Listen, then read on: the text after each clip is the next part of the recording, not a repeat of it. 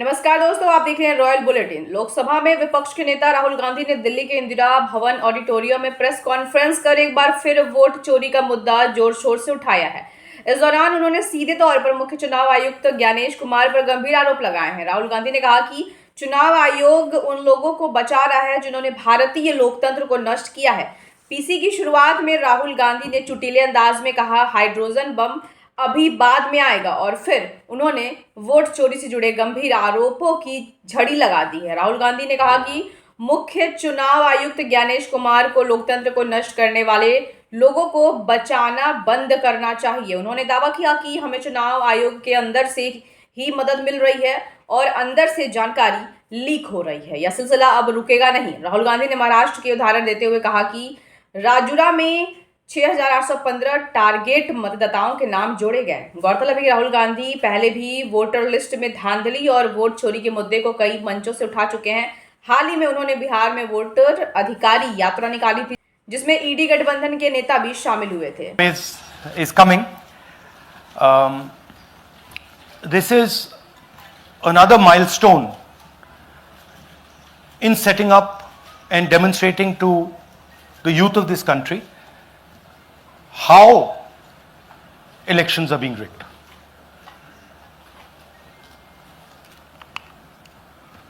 So I'm going to make a claim here, very strong claim, about CEC Gyanesh Kumar. And this is not something I'm saying lightly. I'm the leader of the opposition in the Lok Sabha. This is something I'm saying after solid proof that I'm going to show you, the youth of India, the people of India today.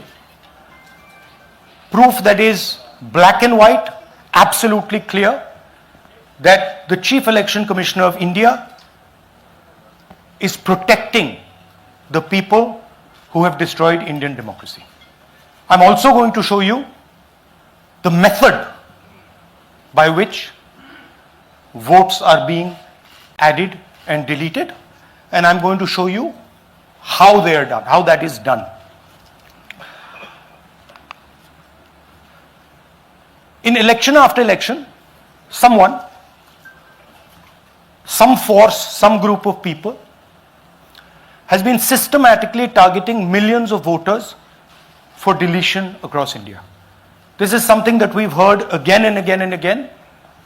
Different communities, mainly communities that are voting for the opposition, Dalits, Adivasis, minorities, OBCs, are specifically targeted.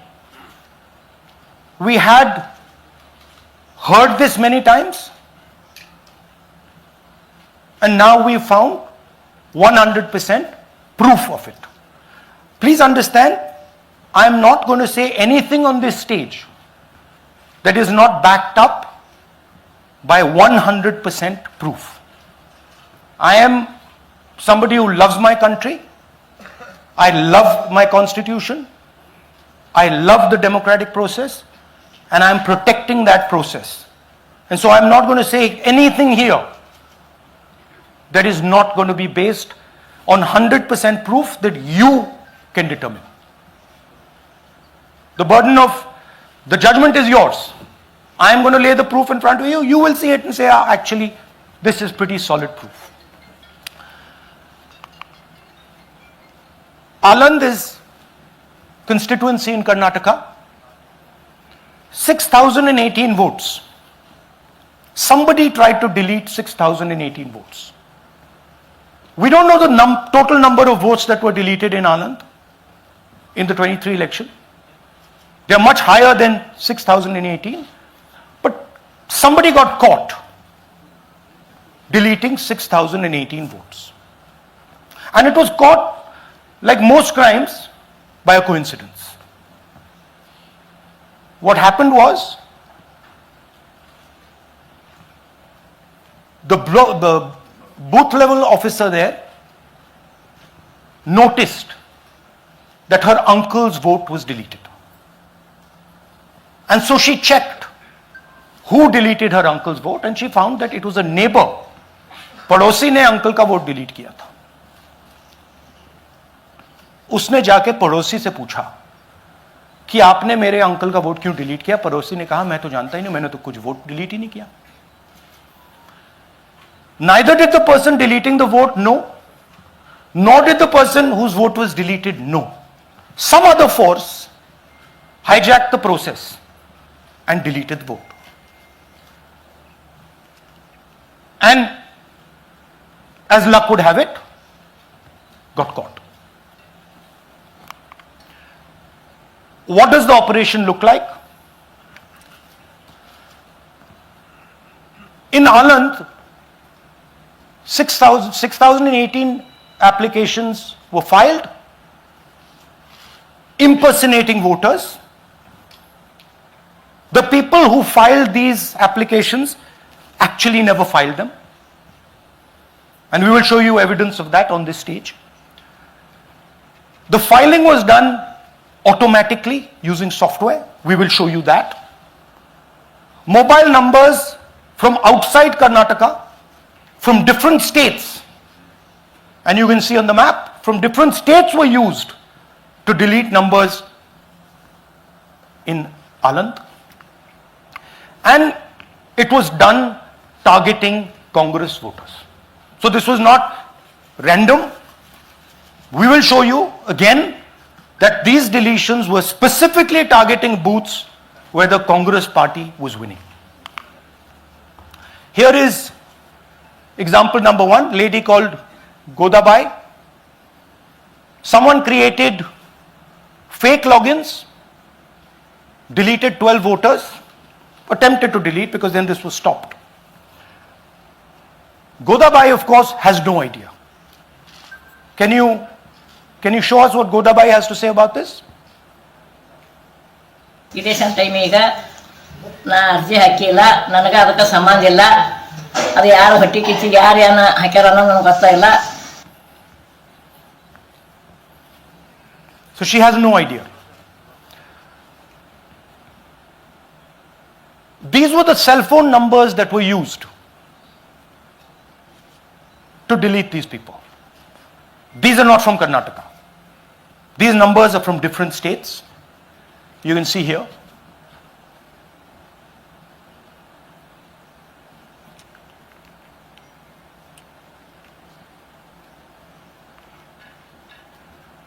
So the question is, whose numbers are these? How were they operated? Where were they operated from? Who generated the OTPs to disturb the process? Now these are questions that arise out of this. Here's example 2, Suryakant. This gentleman apparently deleted 12 voters in 14 minutes. He filled 12 deletion forms in 14 minutes. I'd like you to meet him. He's here. That's one of the people. That's one. Namaskar bhi aiye. Babita Chaudhary is one of the votes that he is supposed to have deleted. Aiye bhaiya. He is supposed to have deleted. This is the gentleman. ये इनका vote delete किया जा रहा था, ये कर रहे थे. इनसे आप पूछिए, बताइए. That's our candidate. हाँ, कन्नड़ा में बोलिए. ನನ್ನ ಹೆಸರು ಸೂರ್ಯಕಾಂತ್ ಗೋವಿನ. ನಾನು ಸರ್ಸಂಬ ಗ್ರಾಮದಲ್ಲಿ ಇದ್ದೆ. ನನಗೆ ನಾಲೆಜ್ ಇಲ್ಲದೆ ನನ್ನ ಹೆಸರು ಮೇಲೆ 9 ಜನರ ಲಿಸ್ಟನ್ನು ಡಿಲೀಟ್ ಮಾಡಿದ್ದಾರೆ. ಅದು ಯಾಕಂತ ಇವರು ನನಗೆ ಬಂದು ಕೇಳಿದರು, ನಮ್ಮ ಹೆಸರು ನೀವು ಯಾಕೆ ಡಿಲೀಟ್ ಮಾಡಿದ್ರಿ ಅಂತ. ಅದಕ್ಕೆ ನಾನು ನಮ್ಮ ಸಾಹೇಬ್ರಿಗೆ ಹೇಳಿದೆ, ನಾನು ಡಿಲೀಟ್ ಯಾರಿಗೂ ಮಾಡಿಲ್ಲ, ಅಪ್ಲಿಕೇಶನ್ ಕೊಟ್ಟಿಲ್ಲ, ಆದರೂ ಡಿಲೀಟ್ ಆಗ್ಯದ, ಅದು ನೋಡ್ರಿ ಅಂತ. ಹಾಗಾಗಿ ತಹಶೀಲ್ದಾರ್ಗೆ ಹೋಗಿ ಕಂಪ್ಲೇಂಟ್ ಕೊಟ್ವಿ. ಮತ್ತು ಕಮಿಷ್ನರ್ ಇದು ನಮ್ಮ ಜಿಲ್ಲಾ ಎಲೆಕ್ಷನ್ ಒಂದು ಇದಕ್ಕೆ ಕಂಪ್ಲೇಂಟ್ ಕೊಟ್ವಿ. ನನ್ನ ಹೆಸರು ಮೇಲೆ 12 ಜನರದು ಡಿಲೀಟ್ ಮಾಡಿದ್ದು ನಿಜ ಇರ್ತದೆ. थोड़ा ट्रांसलेट कर लीजिए. मेरे नाम पे 12 लोगों का नाम डिलीट किया गया है, हालांकि मुझे मालूम नहीं। मैं कभी किसी को मैसेज भेजा भी नहीं, मैं बुलाया भी नहीं। ये बबीता आके पूछने से पता चला कि मैंने मेरे फ़ोन से ऐसा मैसेज, लेकिन असल में मैंने किसी को भी मैसेज नहीं किया। आप कुछ कहेंगे? नहीं, ठीक है, thank you, thank you. Third example, Nagaraj, 2 application filed and submitted in 36 seconds.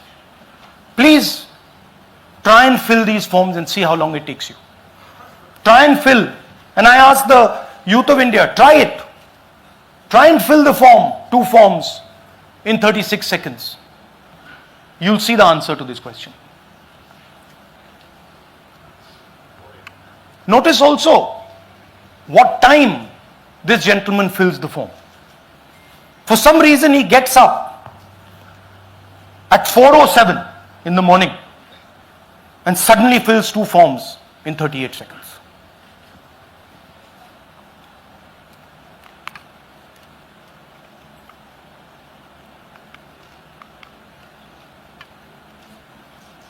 Now let's talk about how this is being done.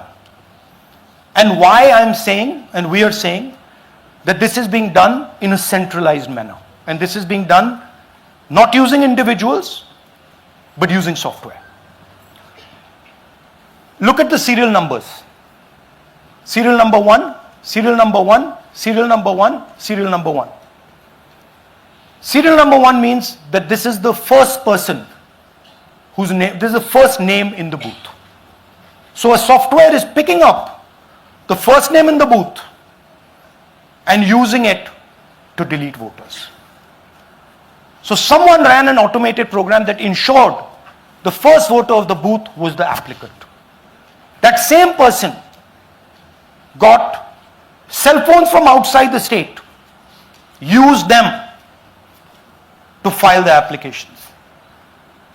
And we are pretty certain that this was done in a centralized manner, and it was done at scale. This was not done in a,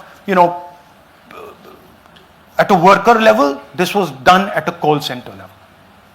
Okay? Targeted deletions in strong Congress booths. The top 10 booths with maximum deletions are Congress strongholds. Congress won 8 other 10 booths in 2018. This was not a coincidence. This is a planned operation. Now, let's come to why I'm making such a direct accusation about this gentleman, Yanesh Kumar. There is an ongoing investigation on this matter in Karnataka. The CID of Karnataka has sent 18 letters in 18 months. 18 letters in 18 months to the Election Commission. And they have asked the Election Commission for some very simple facts. Number 1, give us the destination IP from where these forms were filled. Number 2, give us the device destination ports from where these applications were filed. And number 3, most important, give us the OTP trails, because when you file, you have to get an OTP. 18 times in 18 months. The CID of Karnataka has written to the Election Commission for this, and they are not giving it. Why are they not giving it? Because this will lead us to where the operation is being done from. And we are absolutely convinced where this is going to lead. I'll give you a little bit of the chronology. FIR is filed February 23. Karnataka CID writes to ECI requesting all details of these numbers and these transactions almost immediately in March. In August, EC gives a reply doesn't fulfill any of the demands, and doesn't give us the information, doesn't give the CID of Karnataka the information that will lead them to their destination. January 24, Karnataka CID writes to ECI again and says, please send us full information. No answer. Karnataka CID by September 25, last letter went in September 25, has written 18 reminder letters. While this is going on, the CEC of Karnataka writes to the Election Commission in Delhi and says, there is a matter. Please provide this information. And the CEC of Karnataka multiple times asks the Election Commission. No answer. Now this is absolute solid proof that Gyanesh Kumar is protecting the people who are doing this. This is also absolute solid proof, what I've shown you, that this is being done in a centralized way, this is being done at scale, and this is being done using large resources. Question is, who is the someone? And the answer is with the EC today. The Election Commission of India knows who is doing this. And I want every single youngster in India to know that they are attacking this. And this is your future. When they are not giving this information, they are defending the murderers of our democracy. And it is important that every youngster knows this. Your jobs, your future, your aspirations all come from this instrument. And the Chief Election Commissioner, Mr. Gyanesh Kumar, is not telling the CID of Karnataka who is doing this. This is not an isolated case. There are many such cases. Here is another one. Maharashtra, Rajora, same idea. 6,850 targeted voters added. Anand we caught deletions, Rajora we caught additions. But the basic idea is the same. Phones from outside, people who are supposed to have added voters don't know that they've added voters, people who have deleted voters don't know that they've deleted voters. You can see, you might remember that, those names there, JW, JW, JW, JW from the last presentation. Same model. So it's the same system that is doing this. It's doing it in Karnataka, it's doing it in Maharashtra, it's done it in Haryana, it's done it in UP, and we have proof of all of it.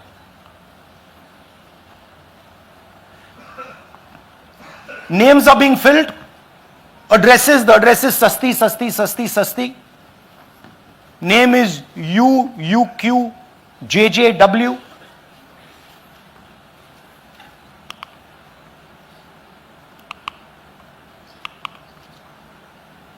So, what are we saying here? That the Chief Election Commissioner of India, Gyanesh Kumar, needs to stop protecting the people who are destroying Indian democracy. We have given you 100% bulletproof proof here. It cannot be doubted. You have seen it with your own eyes. Right? EC has to release this data of these phones, these OTPs, within a week.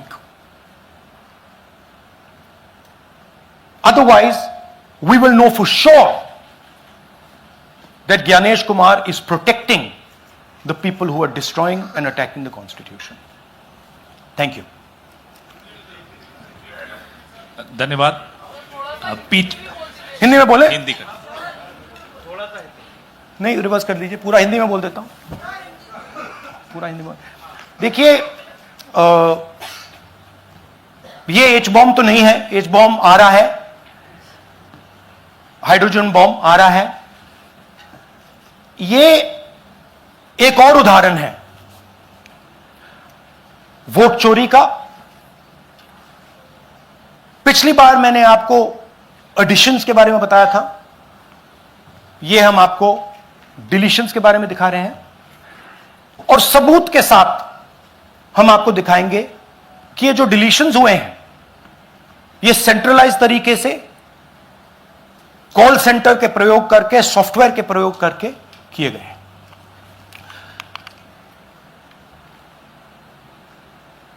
हमारे पास इस presentation में जो मैंने आपको अभी दिखाया 100% सबूत है, प्रूफ है कि ज्ञानेश कुमार जी हिंदुस्तान के चीफ इलेक्शन कमिश्नर वोट चोरों की रक्षा कर रहे हैं, और यह मैं आपको अभी दिखाने जा रहा हूं।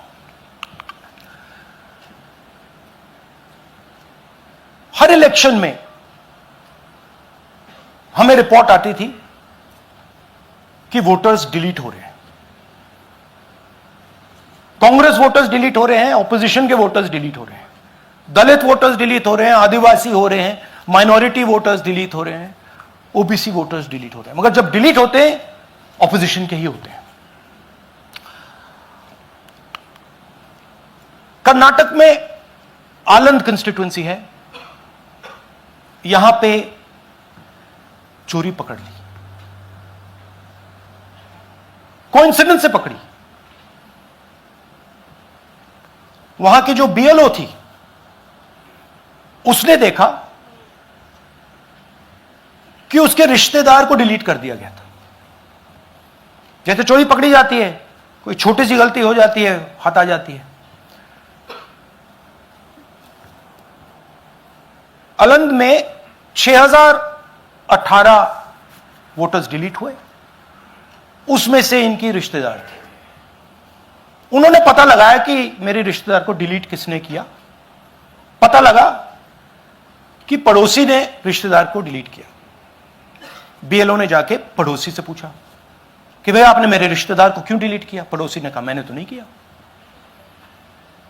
बीएलओ सस्पिशियस हो गई, शक पड़ा, उसने प्रोसेस चालू कर दी।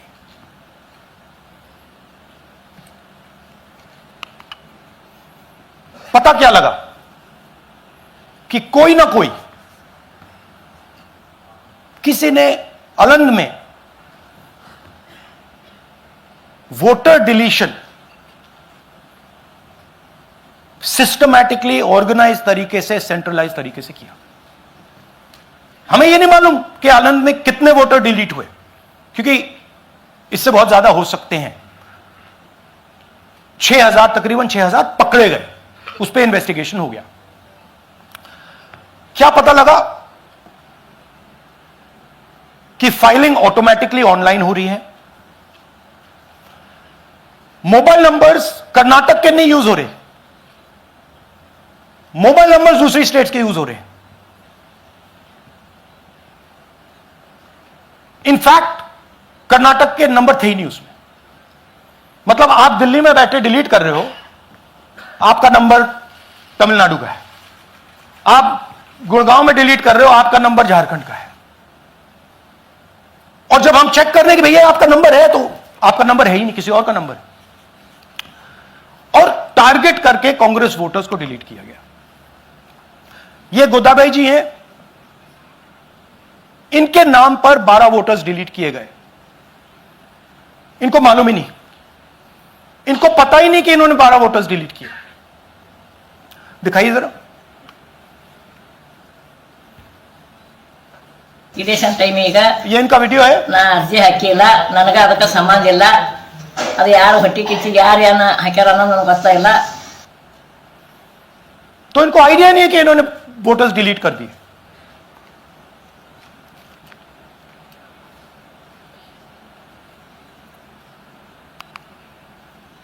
ये सारे के सारे जो नंबर्स हैं, ये कर्नाटक के नंबर्स नहीं हैं, ये अलग अलग स्टेट्स के नंबर्स हैं। और इन नंबर्स को आप फोन करके देखिए, रिप्लाई नहीं आता है।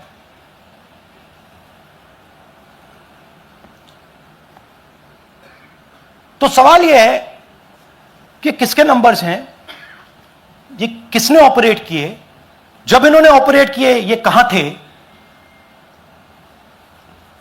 आईपी एड्रेस क्या था, ओटीपी कैसे जनरेट हुआ, कहां गया, यह सवाल है। यह दूसरा उदाहरण, सूर्यकांत जी जो अभी स्टेज पे आए थे, इन्होंने 12 वोटर्स को 14 मिनट में डिलीट कर दिया। आप फॉर्म भरने की कोशिश कीजिए, डिलीशन फॉर्म भरने की कोशिश कीजिए, देखिए। और जब हमने इनसे पूछा कि भैया आपने ये कैसे किया, वो कहते हैं मैंने तो नहीं किया, मैं तो जानता ही नहीं हूं।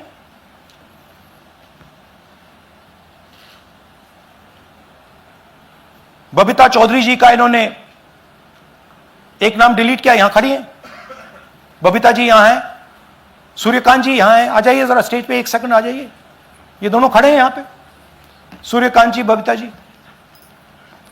इनको मालूम ही नहीं कि इन्होंने डिलीट किया। Thank you. नागराज जी, इन्होंने 2 एप्लीकेशन 36 सेकंड में फाइल कर दी है। और मजे की बात देखिए, ये 4 बजे सुबह उठ के फाइल कर रहे हैं। पता नहीं क्या हुआ, 4 बजे सुबह कहा कि भैया मैं 2 वोटर को डिलीट करूंगा, और कितने 36 सेकंड में डिलीट कर दिए, फिर सो गए।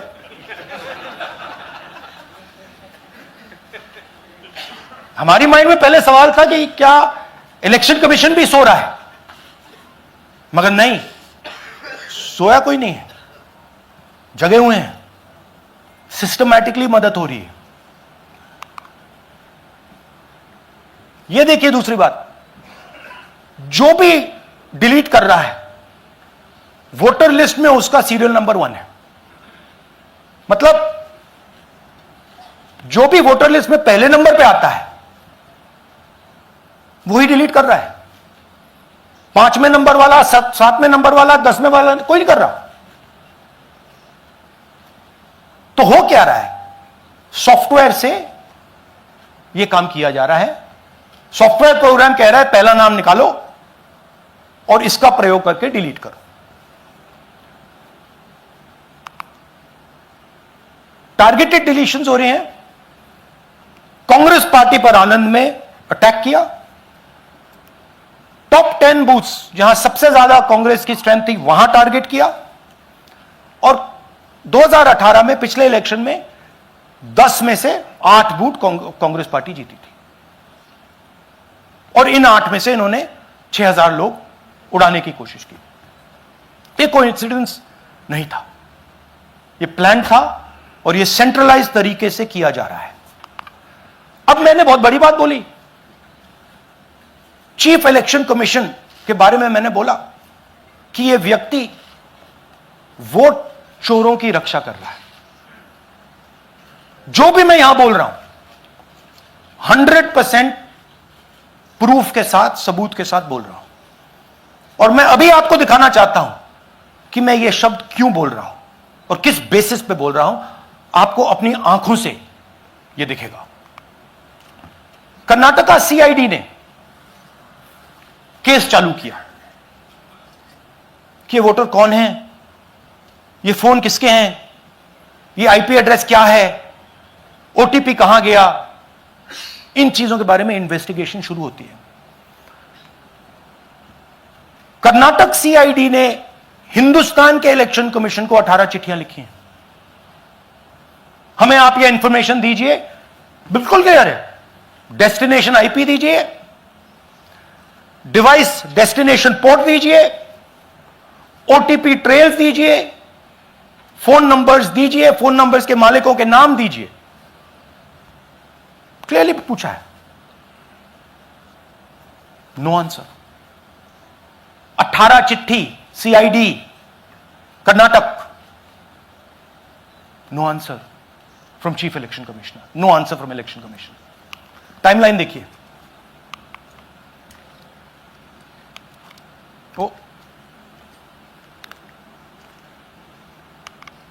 ओके। फरवरी 23 में इन्वेस्टिगेशन शुरू होती है। मार्च 23 में कर्नाटक का सीआईडी चिट्ठी लिखती है ईसीआई को कि हमें सारे डिटेल्स दे दीजिए। अगस्त में इनकंप्लीट डिटेल्स दी जाती हैं, जिससे कोई इन्वेस्टिगेशन आगे नहीं बढ़ेगा। जिन चीजों की जरूरत थी वो नहीं दी, जिसकी जरूरत नहीं थी वो सारी दे दी। पहला सबूत। दूसरा सबूत, 18 बार रिमाइंडर लेटर गए हैं। आपको अगर सीआईडी एक बार लेटर भेज दे और आप नहीं गए, आप जानते हो क्या होगा। यहां पे इलेक्शन कमीशन को 18 बार लेटर गए हैं, कुछ नहीं हुआ है। बाद में क्या होता है, कर्नाटक ईसी इलेक्शन कमीशन को लिखता है, कहता है भैया हमें दे दीजिए, आपको इंफॉर्मेशन देना पड़ेगा। No reply. मार्च 25 में आखिरी लेटर सितंबर में गया है, कुछ ही दिन पहले। No reply from EC. यह है सबूत कि ज्ञानेश कुमार जी वोट चोरों की रक्षा कर रहे हैं, और यह ब्लैक एंड व्हाइट सबूत है, इसमें कोई कंफ्यूजन नहीं है कहीं।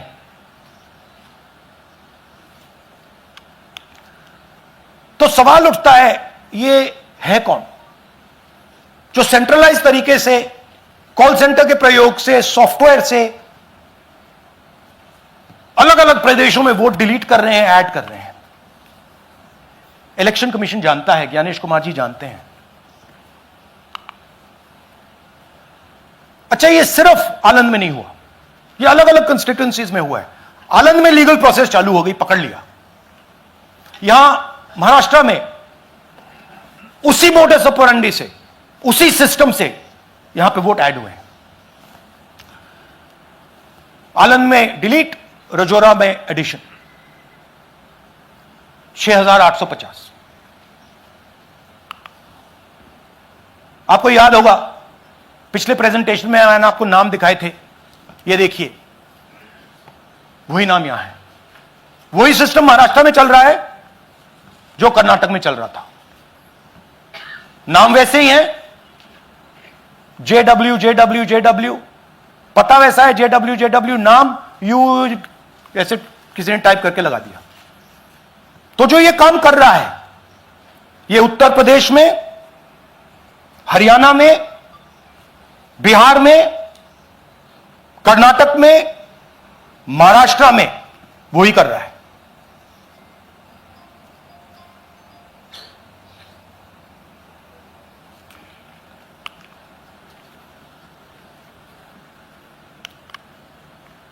तो हमारी डिमांड है, ज्ञानेश कुमार जी आप अपना काम कीजिए। आपने ओथ लिया है, आप हिंदुस्तान के चीफ इलेक्शन कमिश्नर हैं। आपसे कर्नाटक की सीआईडी सबूत मांग रही है। आप कर्नाटक की सीआईडी को यह सबूत 1 सप्ताह के अंदर दे दीजिए, नहीं तो पूरा हिंदुस्तान के सारे युवा इस बात को एक्सेप्ट करेंगे कि आप हिंदुस्तान के कॉन्स्टिट्यूशन, हिंदुस्तान के संविधान की हत्या में शामिल हो, हिंदुस्तान के संविधान की रक्षा नहीं कर रहे हो, और वोट चोरों की आप मदद कर रहे हो। Thank you. और थोड़ी देर में हम आपको हाइड्रोजन बॉम्ब दिखाने जा रहे हैं। नहीं, आज नहीं, थोड़ी देर में उसकी प्रिपरेशन चल रही है। क्योंकि हम देखिए, मैंने टीम से कहा है कि अगर मैं स्टेज पे जा रहा हूं, ब्लैक एंड व्हाइट प्रूफ नहीं होगा, मैं नहीं जाऊंगा। अगर ब्लैक एंड व्हाइट प्रूफ होगा, जो कोई मतलब उसको निगेट नहीं कर सकता, मैं जाऊंगा। मैं देश के कॉन्स्टिट्यूशन की रक्षा कर रहा हूं, संविधान की रक्षा कर रहा हूं, मैं लोकतंत्र की रक्षा कर रहा हूं, और मैं सच्चाई आपके सामने रख रहा हूं। बहुत बहुत धन्यवाद। नमस्कार। जय हिंद। सर 3 सवाल।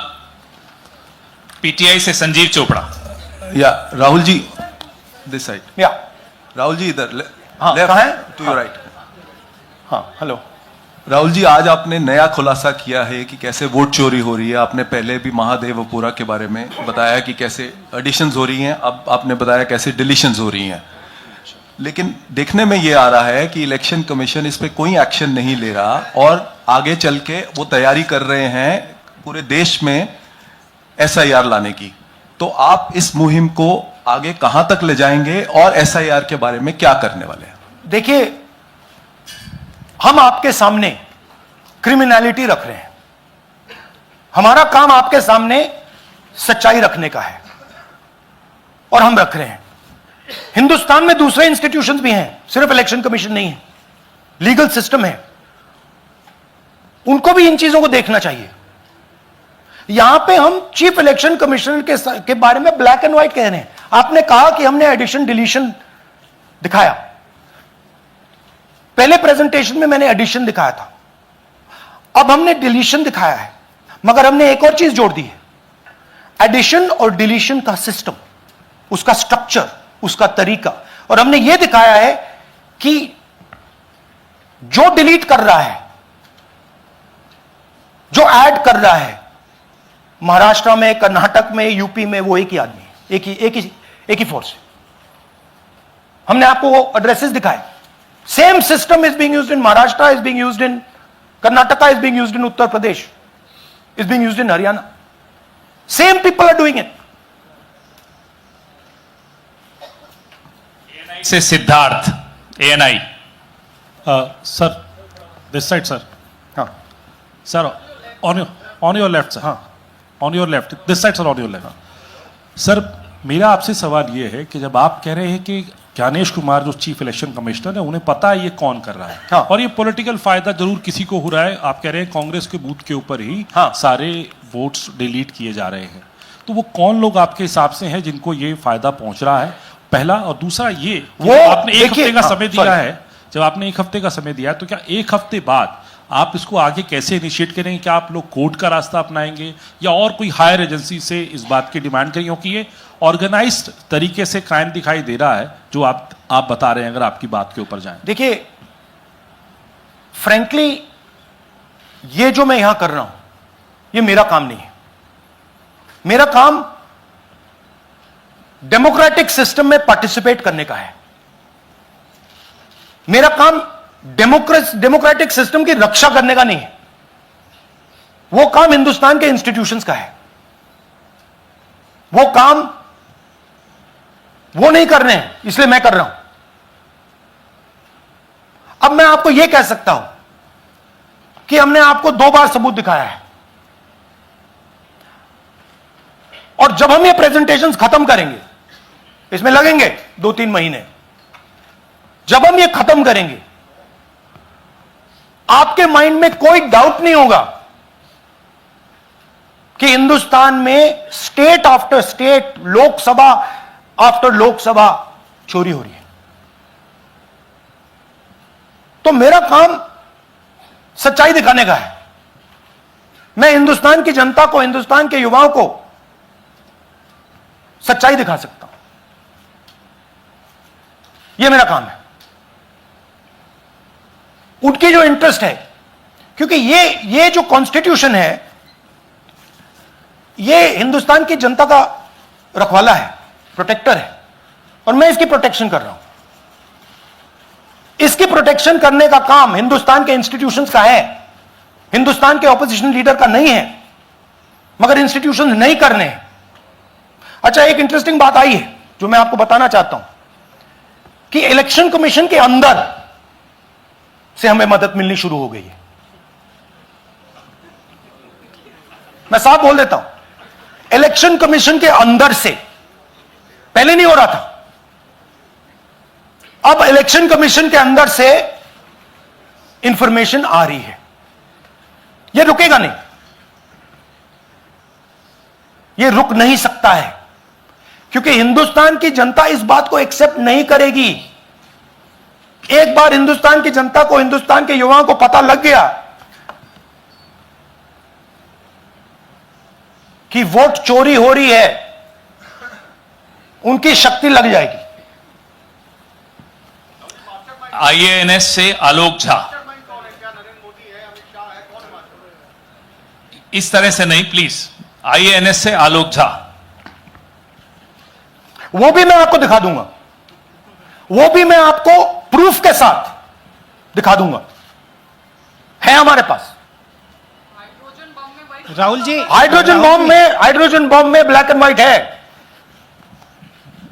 मैं फाउंडेशन लगा रहा हूं, मैं फाउंडेशन क्रिएट कर रहा हूं, है हमारे पास। मैं स्टेज पे बिना प्रूफ के नहीं चढ़ूंगा, बता रहा हूं।